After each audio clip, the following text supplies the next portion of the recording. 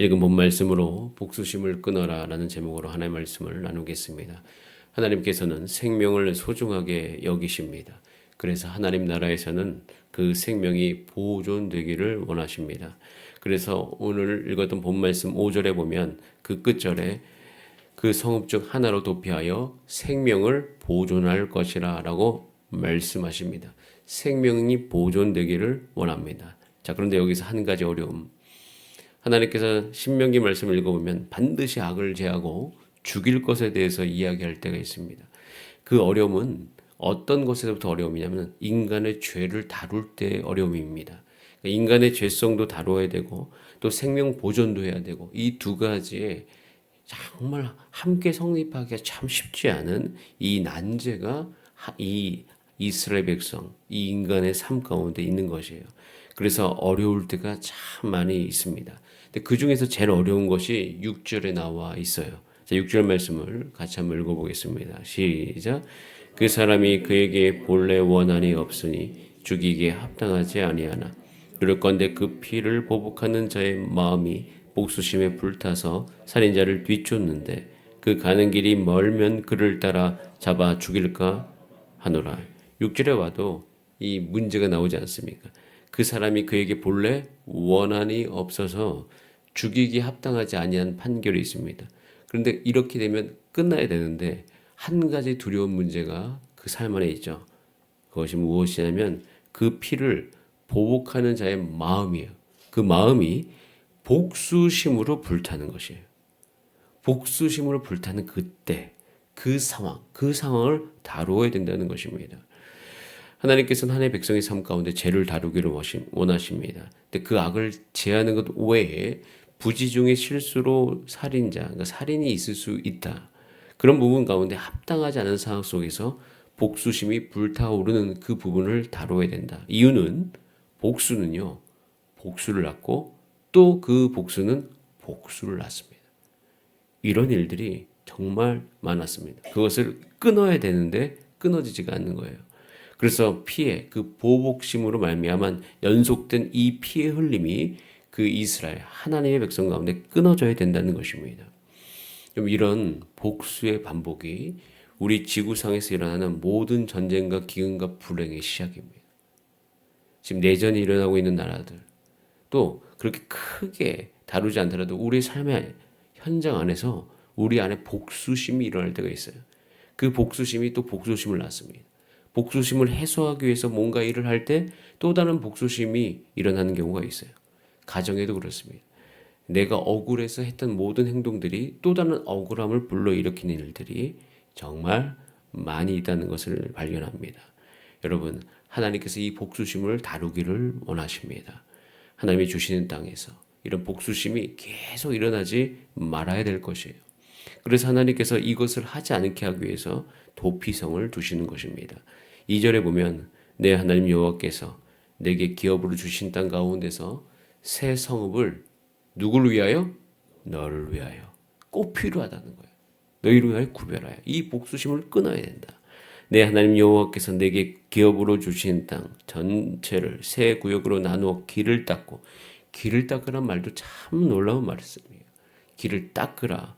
왜? 다 갈 수 있어야 되기 때문에, 열려 있어야 되기 때문에 모든 살인자를 그 성읍으로 도피하게 하라. 그래서 어떻게 하라? 복수를 끊어라 라고 이야기합니다.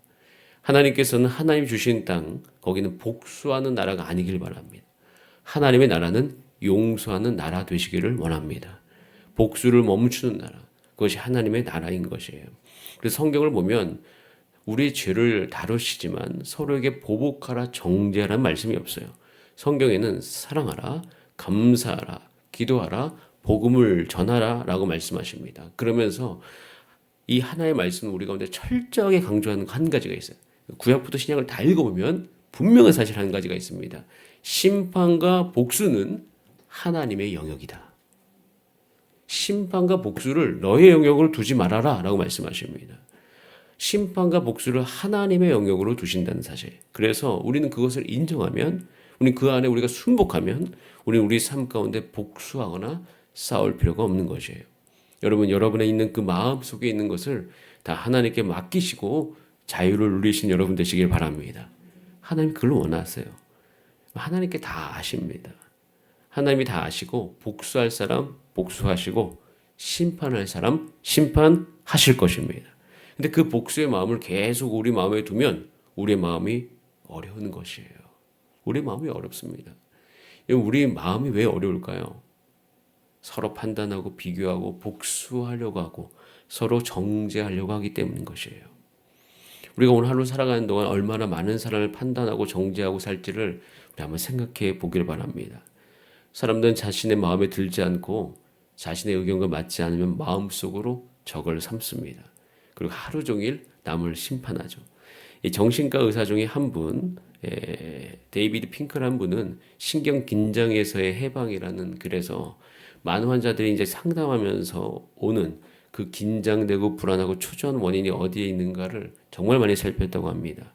근데 살펴본 결과 한 가지 공통적인 아주 강력한 원인이 있는데 그 모두에게 나타난 공통점은 다 판단의 전문가들이라는 사실이었어요. 그들은 아침부터 저녁까지 자신을 포함해서 계속 판단한다는 거예요. 그 판단이 그의 인생의 주된 일이에요. 남을 판단하고 비판을 계속한 겁니다. 그래서 처방이 어떻게 됐냐면 오늘부터 당신은 비판하지 마십시오. 판단하지 마십시오. 그런 처방을 내렸다고요. 그저 감사하고 사랑하고 용서하시오. 이유는 한 가지. 안 그러면 당신의 삶이 그 신경적인 예민성으로 삶을 마감하게 될지도 모릅니다. 라는 처방을 내렸다고 합니다. 그랬더니 정말 놀랍게도 환자의 70%가 나음을 받았다라고 되어 있어요. 여러분, 그래서 하나님께서는 심판을 하나님의 영역으로 두시기를 원하세요. 우리에게 온전한 자유와 생명을 주시기 위해서. 여러분, 그렇기 때문에 우리가 할 수 있는 한, 우리가 기도할 수 있을 때 모든 판단을 오늘 이 새벽에 하나님께 넘겨드리신 여러분 되시기 바랍니다. 그리고 오히려 여러분의 마음은 예수님의 마음으로 품고 사랑하고 용서하고 기도하라고 하나님께서 말씀하시니 그렇게 되시길 바라요.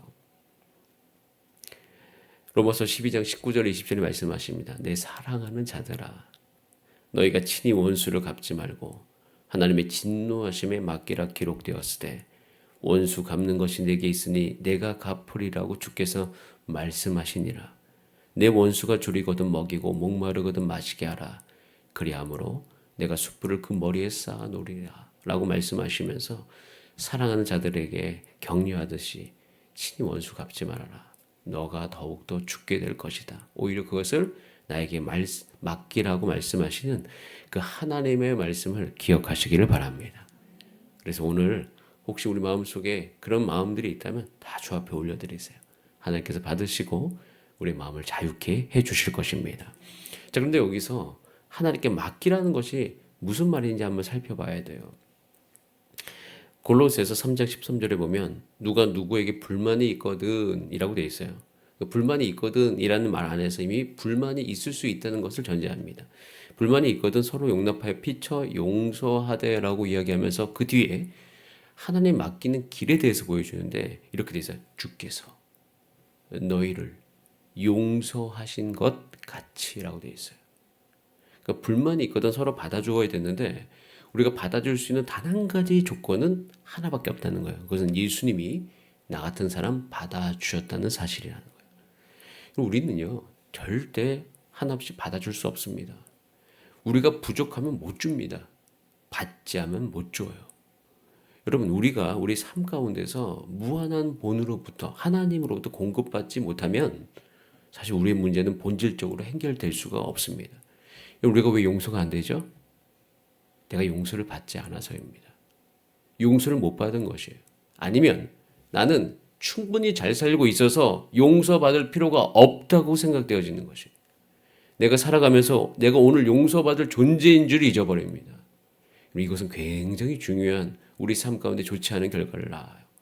저도 제가 살아가면서 특별히 하나님 부르신 이곳에서 하나님이 주신 사명을 이루면 이룰수록 사실 애를 씁니다. 애를 쓰기 때문에 우리 마음속에 한 가지 내가 용서받아서 여기 있다는 사실을 까먹습니다. 내가 용서받아서 하나님 나라에 들어와서 이 큰 복을 받고 있다는 사실 그 자체를 잊어버리는 것이에요. 그래서 어느 순간 내 스스로 잘해서 용서가 필요 없는 존재라고 생각되어질 때가 있어요. 그때부터 남을 판단합니다. 그때부터 비교합니다.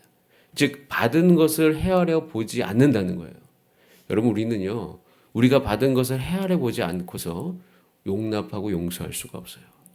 여러분 우리가 하나님께 용서받았던 이 놀라운 감동이 무뎌질 때 하나님 나라는 힘을 잃어버립니다.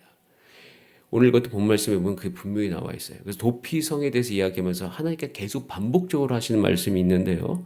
자, 우리 2절, 3절을 연결해서 한번 읽어볼까요? 2절, 3절입니다. 시작.